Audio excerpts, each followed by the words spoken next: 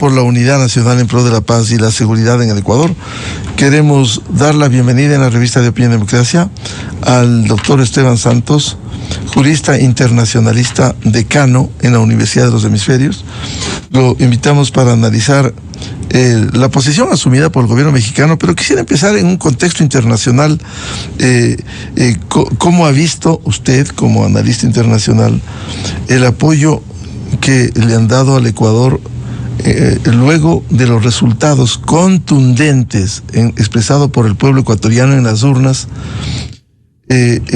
y respaldo de países importantes, no solo el propio presidente Donald Trump? Hubo pronunciamientos del gobierno de Rusia, el gobierno de la República Popular de China de Xi Jinping, el gobierno de Brasil, Chile, bueno, y podemos citar otros, salvo unos 3 casos aislados. El caso de obviamente, la dictadura de Venezuela. ¿Cómo se puede pedir eso? El presidente trasnochado de Colombia, que quiso poner en duda los resultados, y evidentemente la presidenta de México, gobierno protector de delincuentes y que aboga por salvoconductos para sacarles de la cárcel. En el contexto internacional, ¿cómo ha visto este apoyo a las elecciones, a los resultados y al gobierno actual reelecto en las urnas? Doctor Esteban Santos, muy buen día. ¿Cómo está, Miguel? Qué gusto saludarle y qué gusto saludar a todos los amigos de Radio Democracia. Pues es un respaldo a la democracia y hay que entender eso. Uno en una elección gana y a veces pierde. Y si uno se considera demócrata por encima de cualquier ideología, esas son las reglas del juego. Usted tiene que aceptar y reconocer su derrota. Entonces, Miguel, en un contexto internacional es básicamente unánime la comunidad democrática que ha reconocido los resultados. Las misiones internacionales que estuvieron aquí, los propios veedores de la OEA, han garantizado que se dio una jornada tranquila, en paz, que primó la democracia y por ende lo que se tuvo es justamente toda esta lluvia de felicitaciones y de aceptación a los resultados dados. Esto no tiene nada que ver con que me cae bien o me cae mal el gobernante elegido. Esas son las reglas, Miguel, de la democracia. Y por eso usted muy bien lo dijo, hay muchos gobiernos de izquierda que inmediatamente salieron a felicitar al presidente, porque eso es lo que se tiene que hacer. Eso pasó con toda la región. Y creo que usted también hace bien en dejar sentado que, claro, con mucha pena, las dictaduras no juegan, no cuentan. Entonces, claro, el estar ansiosos por tener una respuesta de Cuba, de Nicaragua o lo que pasa en el régimen de Maduro en Venezuela, pues eso sería completamente contraproducente. Donde se lamenta y donde en lo personal, Miguel, espero que podamos tener estadistas más temprano que tarde, es en los hermanos países de Colombia y de México. En el caso colombiano, yo he visto, han sido muchos los desatinos, los desaciertos del presidente Petro. En esta última, le estoy diciendo, jornada de hace ni 48 horas, emprendió una nueva pelea ahora con el presidente Bukele, le comparó con Hitler. Él está con una agenda interna en donde quiere poner una consulta popular en Colombia que se vota este 1 de mayo. Y hay preguntas que aquí en el Ecuador ya la conocíamos, ¿no? Cuando el populismo puede más que lo técnico. Entonces él quiere, por ejemplo, preguntar, para que se den una idea quienes nos escuchan, ¿está usted de acuerdo con que a las madres comunitarias, y empiezo a usar esos términos, se les dé una protección social? Algo que sonara como usted no le quiere proteger a una madre comunitaria. ¿Cómo le va a hacer? ¿De dónde va a salir ese dinero? Ah, bueno, eso no es lo importante. Vamos a dar crédito preferencial a las empresas, a las microempresas. ¿Y de dónde salen los fondos? Eso otra vez no le estoy preguntando a usted, sino que se entienda nuevamente un Estado paternalista. Y claro, esa receta, Miguel, ya la conocemos. Entonces, como uno tiene un problema a la interna, pues entonces trata de reflejar hacia afuera, y eso también es una máxima de las relaciones internacionales, sobre todo de la ciencia política, tratar de unir a los colombianos, en este caso, con una suerte de enemigo común. Y en el caso ecuatoriano somos cualquier cosa menos eso. El Ecuador tuvo ya un impasse importante con Colombia hace muchos años, recordará usted, Miguel, en el tema de Angostura. Y fruto de eso, lo que hicimos es la creación de estos gabinetes bilaterales para que nunca más volvamos a tener que sucumbir a la violencia, sino sea solo la diplomacia la que prime. pues Petro quiso dejar de asistir a estos gabinetes porque el Ecuador había tenido estos impases con México y con Venezuela. Afortunadamente el año pasado ya se lo retomaron. Él no conocía las Islas Galápagos, pues venga Galápagos. No tengo que caerle bien a ustedes, es la lógica de tener un Estado que quiera velar por intereses, y se espera que Colombia haga un poco lo propio. Pero bueno, vemos esas reacciones que sí son muy desatinadas, y que sobre todo, Miguel, yo concluiría en la parte de Colombia, en que uno, repito, puede creer lo que usted quiera, usted puede identificarse como lo que usted quiera. Lo que no es aceptable, no es permisible, no es admitido, es que un jefe de Estado pueda mentir o ser, digámoslo de esta forma, ser tan mal informado. Es un presidente que no puede permitirse mandar videos en redes sociales diciendo que la represión en Ecuador ha sido tenaz, y se comprueba que este fue un video de hace muchos años en la Argentina, o que le detuvieron al señor Issa y que nunca pasó eso. En fin, son demasiadas las simbologías por tratar de defender una candidata que dentro de su propio partido ya le dieron la espalda. Los propios alcaldes de Guayaquil ese mismo rato salieron a reconocer elección, un poco a destiempo, pero finalmente lo hizo también el alcalde de Quito, la prefecta de Pichincha, en fin, Miguel. Y la última, con respecto a México, pues se lamenta también que la presidenta Sheinbaum quiera seguir en la sobreideologización. Se entiende que con México hay un impasse muy fuerte que lo tiene que resolver la Corte Penal Internacional, la Corte Internacional, de Justicia, la CIJ. Pero lo que se entendería, y eso es un poco el espíritu de lo que yo he dicho públicamente, es que, Miguel, se intente velar por los intereses conjuntos de los ciudadanos, y esto es tratar de llegar y firmar un entendimiento pacífico. Pero esto va a ser muy difícil cuando hay una presidenta que no quiere terminar ni siquiera de reconocer un proceso electoral sin ningún tipo de prueba y sin ninguna otra aseveración que no sea el que yo quiero que mi candidata gane. Vamos a hablar más adelante también de las relaciones en América Latina y de México, pero esto que resulta más importante en el contexto internacional, como he visto que grandes potencias, no solo Estados Unidos, sino Rusia, China, hayan felicitado de manera casi inmediata el triunfo y las elecciones en el Ecuador. Claro, como tiene que ser, le decía Miguel, esa es la lógica de un concierto internacional. Entonces hay felicitaciones desde los Estados Unidos hacia hoy por hoy el enemigo comercial en toda la guerra económica que tiene con la China, y lo propio el sudeste asiático, y lo propio la Unión Europea, y lo propio países gigantescos como el Brasil, y pese a que se han dado felicitaciones de la Unión Europea como tal, individualizado cada uno de los presidentes. En fin, se entiende esta lógica democrática. Fíjese que este sábado es el entierro del Santo Padre, y en el entierro del Papa Francisco estará ahí presente Daniel Noboa, y se ha confirmado justamente esta participación. Estará junto al presidente Macron, estará ahí el presidente Lula da Silva, los reyes de España, el propio Donald Trump. Entonces, eso es lo que hace el multilateralismo. Esa es la lógica de tener un concierto internacional en donde primen las reglas, donde prima la estabilidad. Y entonces, ¿quién va? Evidentemente las autoridades, los presidentes, en este caso el jefe de Estado electo, que es a través del presidente Noboa. Entonces esto no tiene que ser un tema de sorpresa, eso es lo normal. De lo que hemos estado hablando, querido Miguel, ha sido lamentablemente de estas excepciones a una regla, excepciones que le hacen daño a la democracia y sobre todo a la estabilidad de un país. Los pueblos tienen la necesidad de elegir el gobernante que ellos mejor crean, pero estos gobernantes tienen a su vez la obligación de respetar las reglas democráticas. Usted puede ser de izquierda, usted puede ser de derecha, usted si quiere puede pregonar un socialismo del siglo XXI o de lo que usted mejor se quiere inventar. Llámele cuarta transformación, llámele regresar un socialismo bolivariano, lo que usted quiera. Pero si es que se cree demócrata, si es que quiere decir que esto es democracia a través de elecciones, pues tiene que estar dispuesto a ganar, y cuando no gane, a reconocer las elecciones. Es muy lamentable esta posición del presidente Petro y sobre todo también de la mexicana Sheinbaum, que es donde esperamos que pues pueda primar la virtud más temprano que tarde. A propósito de México, quisiera recordar uno de los pronunciamientos en las mañaneras que hiciera la presidenta de México, Claudia Sheinbaum, respecto del Ecuador.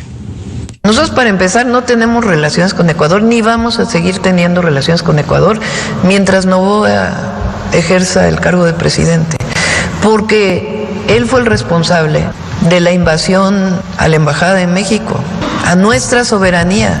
Entonces las relaciones no van a reanudarse. Bueno, es decir, ¿qué quería ella? Imponer que haya otro el resultado, por un lado. Y por otro, claro, en abril del año pasado se produjo la incursión de lo que hemos hablado claramente, pero ella omite decir que primero dio asilo contra los tratados internacionales a un condenado por la justicia, que está prohibido expresamente. Pero más allá de eso, el tratar de jugar con la soberanía y la política interna de un país, como no ganó su candidata, simplemente no, mientras ejerza el presidente Noboa, que por mandato popular expresado en las urnas va a gobernar 4 años, simplemente no quiere reanudar las relaciones, Esteban. Querido Miguel, hemos hablado mucho justamente de lo que ha sido el tema de la embajada mexicana en Quito. Los problemas en democracia se resuelven con más democracia. Si es que hay una postura de México y otra postura del Ecuador, pues eso es lo que va a resolver un tribunal internacional, la Corte Internacional de Justicia. Pero no existe corte en el planeta que pueda obligarle a 2 países a llevarse bien o a llevarse. Repito, esto no puede ser posible, Miguel, que la vida de millones de personas, porque México y Ecuador somos primos hermanos, compartimos un pasado conjunto, la misma cultura, un mismo idioma, unas relaciones muy parecidas, pacíficas, armoniosas, y deberíamos solo estar hablando de progreso y prosperidad, de temas en conjunto como la migración o la seguridad. Entonces, lo lamentable es que se quiera esto personalizar, que por una persona, que por un Jorge Glass tengamos que pagar millones de personas el hecho de no poder tener las mejores relaciones con quienes sí queremos tener, porque creo que aquí hay que dejarlo claro, Miguel. Esto no es un impasse entre mexicanos y ecuatorianos. No nos podemos llevar mejor. Esto es un tema de política. Y entonces aquí hay que reconocer 2 cosas. La primera, que ya se acabó la campaña. En México las presidencias duran un sexenio, entonces Claudia Sheinbaum le quedan muchos años todavía hasta el 2030. Daniel Noboa acaba de ganar la elección, ya se acabó la campaña y entonces no puede ser posible que queramos pensar que en los próximos 4 o 5 años todavía queramos no tener una relación ni siquiera a nivel consular, porque eso quiere decir que estamos hablando de una sobreideologización. Eso no es técnico, eso no es pragmático. Eso no es un cauce diplomático, porque Miguel, uno no firma la paz con sus amigos, me he escuchado decirlo varias veces, y en esa lógica está bien, si no nos ponemos de acuerdo, lo lamento, que sea una corte la que resuelva, pero mientras tanto, el decir que porque no me dan la razón o porque no hace lo que yo quiero, no podemos privar de que millones de personas puedan tener acceso a servicios consulares, que no puedan sacar una visa, un pasaporte y que no podamos tener la mínima relación, repito, por el impasse con una persona, eso es extremadamente inapropiado, inaceptable, creo yo, en un concierto internacional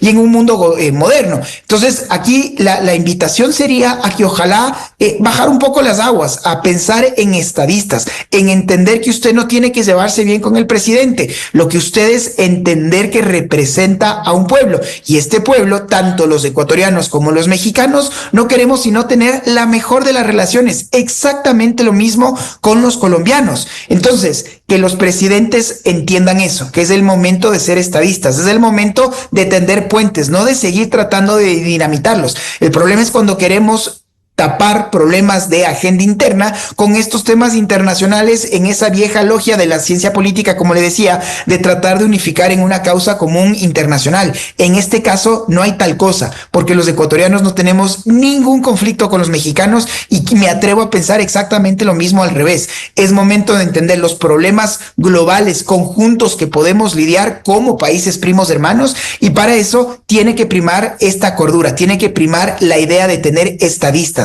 y que Claudia Sheinbaum finalmente que pueda también estar bien asesorada y que pueda finalmente estar a la altura de la historia.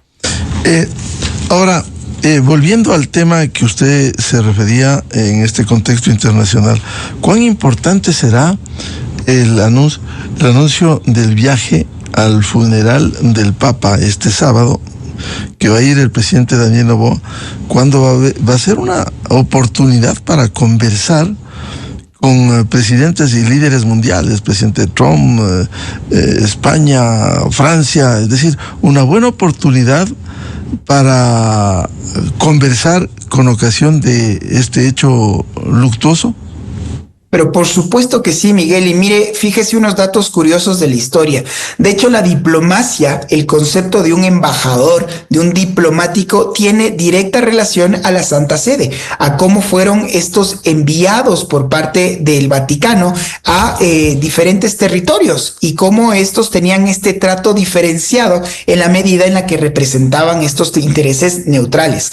Fíjese usted que al día de hoy, el Vaticano, pese a ser uno de los países más pequeños del planeta, tiene más misiones diplomáticas que los propios Estados Unidos. Póngase usted esta idea del poder que esto puede representar. Entonces, si es que tenemos un hecho común que ha unido a la humanidad y sobre todo a Occidente, que es evidentemente el fallecimiento del Santo Padre, y que estaremos atentos a ver quién le sucede, por supuesto que diplomáticamente tienen que estar las más altas autoridades, no solo para rendir homenaje y respeto a este hecho, sino que adicionalmente a lo que usted muy bien lo plantea, Miguel, es una oportunidad de seguir posesionando al Ecuador en un concierto internacional, sin duda alguna, de seguir entrazando y enlazando mensajes diplomáticos de paz, de estabilidad, de prosperidad, de tratar de seguir poniendo al Ecuador como lo que queremos ser, no que se nos asemeje solo con violencia, solo con problemas internos, sino con la lógica de un país que está listo para poder comercializar, para poder ser tratado entre iguales y entre pares en un concierto internacional. Entonces, por supuesto que sí, Miguel, esto entenderlo muy claro. No es que me caiga bien o me caiga mal el presidente de turno. Se celebra que pueda ser reconocido ante una comunidad internacional, se celebra que escoja estos eventos especiales, no solo, insisto, para rendir homenaje, un justo homenaje a quien en vida fue, en este caso, el Papa Francisco, sino asimismo de poder representar y dejar justamente los intereses del Ecuador muy claros y muy inmersos en el concierto internacional. Doctor Esteban Santos, por tanto, este hecho en Roma será fundamental, incluso puede ser una oportunidad para, como dato previo al encuentro que pudiera haber en general de presidentes de los diferentes continentes con ocasión de la posesión del presidente Daniel Noboa para su nuevo periodo el 24 de mayo.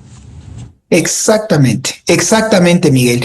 Y que esta sea una oportunidad para ya poder virar la página, que se entienda que hubo una diferencia de 11 puntos porcentuales y que entonces quienes no quieren reconocer las elecciones, que lamentablemente quieren seguir tratando de calentar las calles y tratar de calentar a todo cualquier tipo de rezago de amistad que le quede en el extranjero, para hablar mal del país, para hablar mal de un proceso democrático. Entonces, yo con usted he conversado, Miguel, imagínese lo que hubiera sido si efectivamente se daban las previsiones de algunas encuestadoras de que esto estaba en un empate técnico. El discurso ya estaba listo, la lógica ya estaba creada, el incendiar al decir que iba a haber un fraude. Pero claro, fue tan abrumadora la victoria que tuvo el presidente Noboa que les dejaron sin piso, pese a que el día de ayer se presentaron nuevas impugnaciones y no se quieren reconocer para tratar de alargar la declaración formal por parte del Consejo Nacional Electoral. La suerte ya está echada porque los ecuatorianos ya hablaron y en democracia se tiene que respetar esto.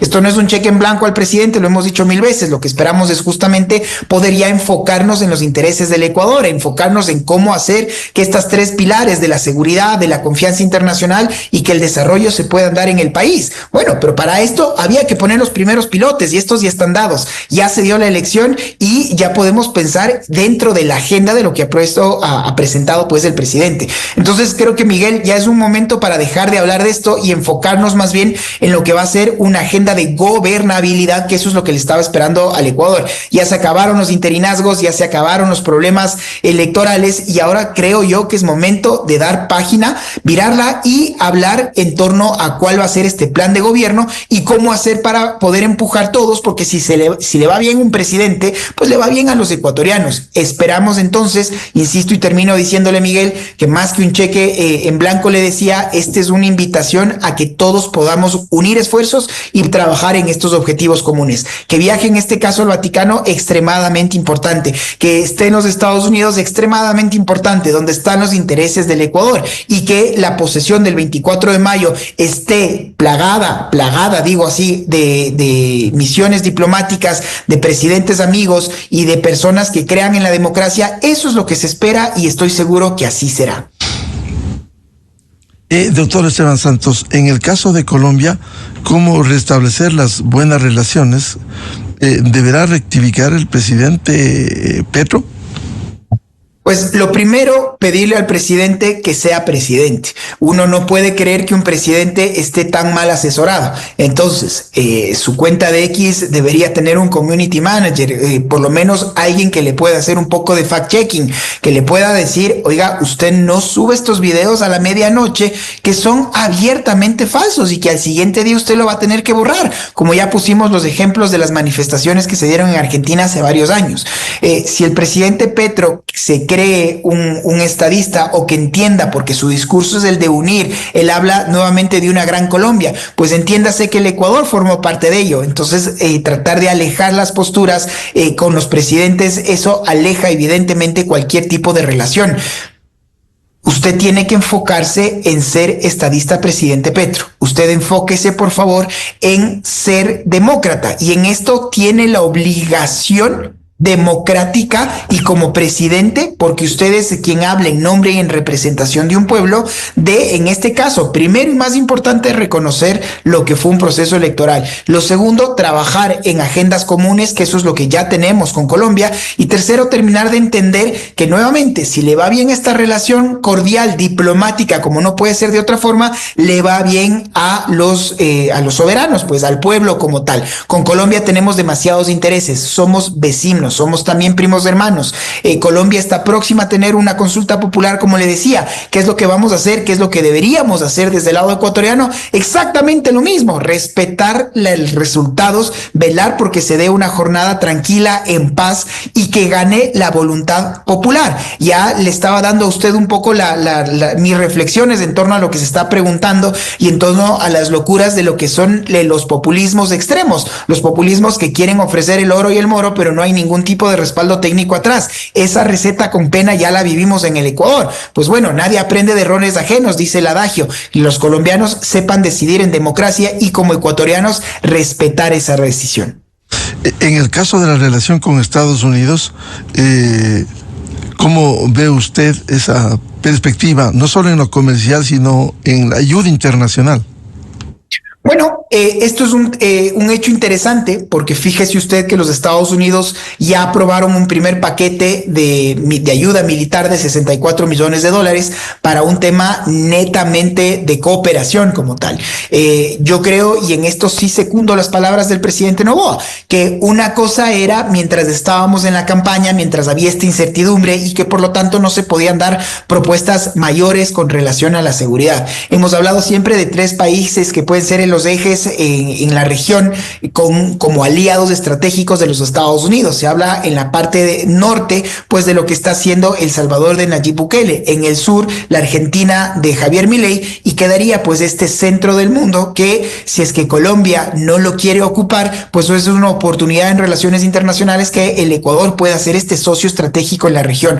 Entonces, hablar de cooperación en materia de seguridad, hablar de cooperación en el tema sobre todo migratorio que le interesa tanto al Ecuador como a los Estados Unidos, y finalmente estas ayudas para poder tener garantías reales de desarrollo. Sigue siendo de largo, Miguel, el primer hegemón en el mundo, sigue siendo nuestro principal socio comercial y por supuesto la lógica entonces de que hagamos los mejores esfuerzos para tener las mejores relaciones. Tenemos, y se acaba de nombrar, Miguel, un embajador que en lo personal celebro muchísimo su nominación, como Pablo Zambrano. Él es un empresario, ha estado muy vinculado en las cámaras, es una persona de primer nivel. Su aceptación se dio en un tiempo récord. Estoy seguro que con personajes de tan alto nivel, lo que haremos es seguir abonando para tener las mejores relaciones. Se da este nuevo comienzo, Miguel, y por eso estoy seguro, expectante de poder que todos hagamos eso, sumar esfuerzos para que le vaya bien a esta administración. Esa es la expectativa, y que esto se pueda hacer en paz, en tranquilidad, y revisando lo que hemos estado hablando con usted. ¿Dónde están nuestros principales intereses y cómo estamos haciendo para trabajar en conseguirlos como país?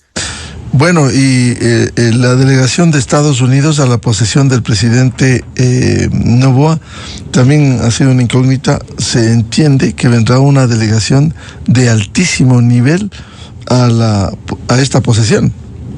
Correcto, y recuerde usted también que estamos en el proceso de cambio de embajador. El embajador actual, el señor Brown, va a ser reemplazado, pues el demócrata. Con seguridad vendrá alguien mucho más cercano a la ideología del señor Trump. Y la lógica es que podamos tener un embajador con quien podamos seguir manteniendo estas mismas relaciones de primer nivel. Se espera, como usted muy bien ha dicho, una delegación de muy alto nivel, y no solo de los Estados Unidos, de lo propio de países de la región. Este es el momento de entender que las campañas, como le digo, acabaron. Es el momento de ser estadistas y es el momento de tender puentes de cooperación con toda la comunidad internacional, pero sobre todo en donde están los principales intereses ecuatorianos. En ese sentido, ¿usted abriga esperanza de la profundización de las relaciones internacionales en el nuevo periodo del presidente Noboa?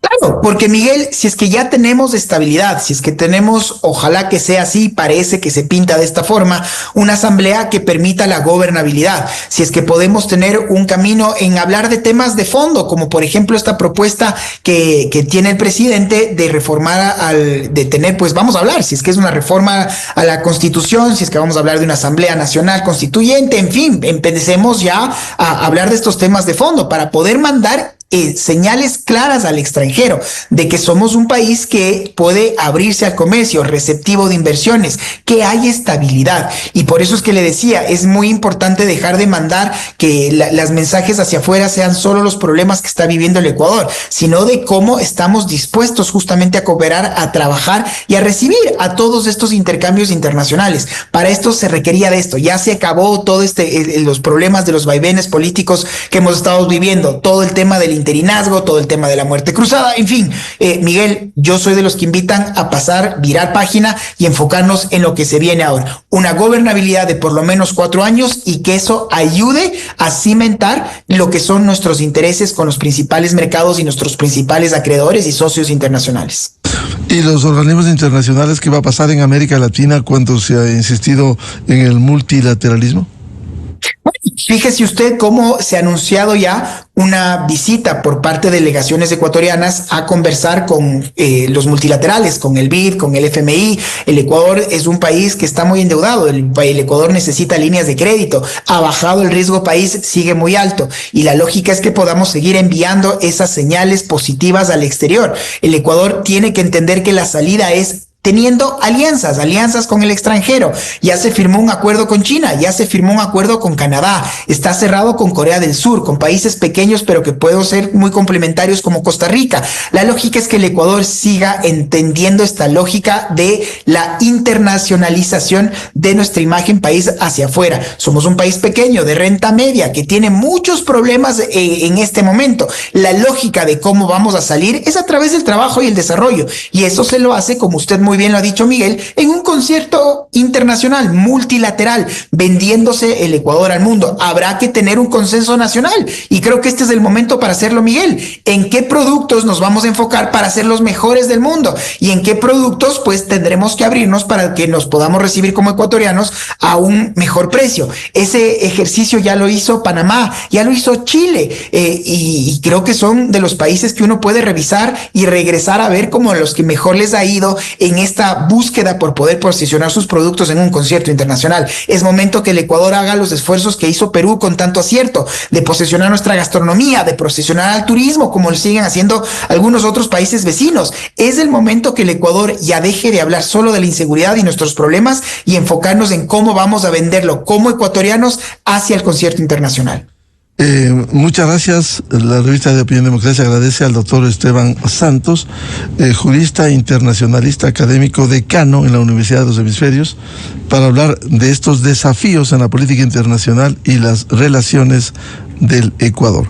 Muy amable, Esteban. Querido Miguel, siempre a sus órdenes. Un saludo. Muchas gracias. 7:14 en el territorio continental ecuatoriano. Vamos a una pausa y ya volvemos. Buscando la verdad, diálogo previsto con el economista Fausto Ortiz, exministro de Economía y Finanzas, para hablar sobre los grandes desafíos de la economía ecuatoriana. Desde 1980.